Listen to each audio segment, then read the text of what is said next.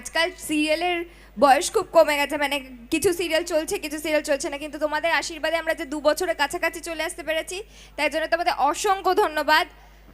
তো যখন এখানে এসেছি তখন ডায়লগ তো দেবই, তো আমি যেই ডায়লগটা সব সময় বলে থাকি সেটা তোমাদেরকেও আমার সাথে বলতে হবে, বলবে তো? তাহলে সবাই মিলে একটু বলো জয় মা কালী, বলো একটু। আর একটা ডায়লগ যেটাও ফুলকি দাস সব সময় বলে, সব সময়, সেটা হচ্ছে, আমি আগে বলতাম, আগে যেহেতু ভয় পেতাম না, আমি খুব মারপিট করেছি, তোমরা দেখেছো তো রিকি দিদিকে কিভাবে মেরেছি। তো এই সাহসটা আগে ছিল না, আগে ধমকি দিতাম খালি, এখন তো হাত পা চলে যায়, এখন বক্সার ফুলকি দাস হয়ে গেছে কি না। কিন্তু আগে ভয় পেত, আগে তো প্রমাণ ছিল না, তো তখন একটা ডায়লগ আমি বলতাম, যে ডায়লগটা আমার খুব পছন্দ, রিকি দিদিকে শাসিয়ে বলতাম, শোনো রিকি দিদি, আমার নাম না ফুলকি দাস, বেশি বাড়াবাড়ি করলেই কানের গোড়ায় দিই ঠাস ঠাস। তোমাদের মনে আছে তো ডায়লগটা? এটা আমার খুব পছন্দের ডায়লগ।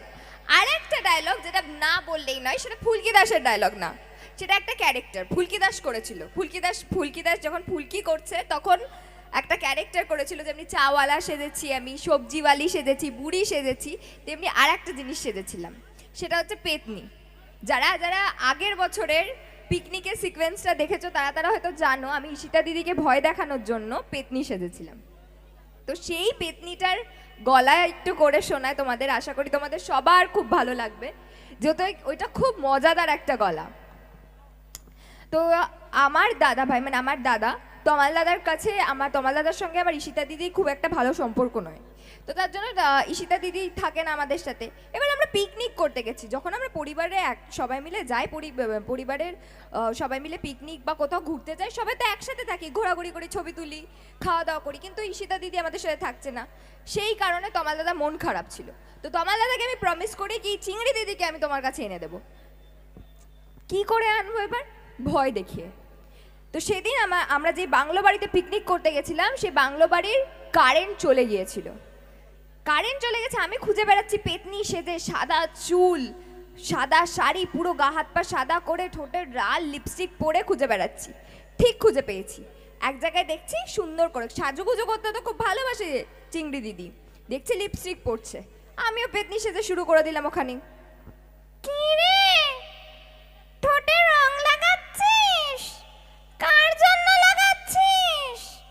যা যা বলছি এক্ষুনি তোমার দাদার কাছে, না হলে কিন্তু ঘাটটা মটকে দেবো বলে দিচ্ছি।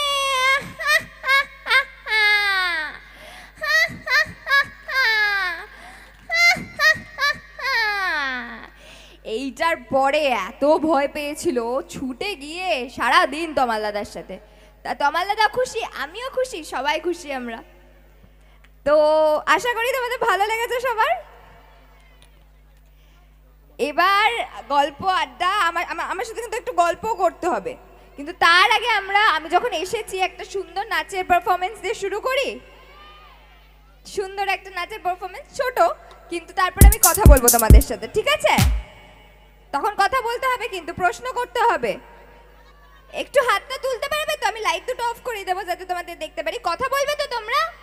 দূরের সবাইকে বলছি, যারা দূরে বসে আছো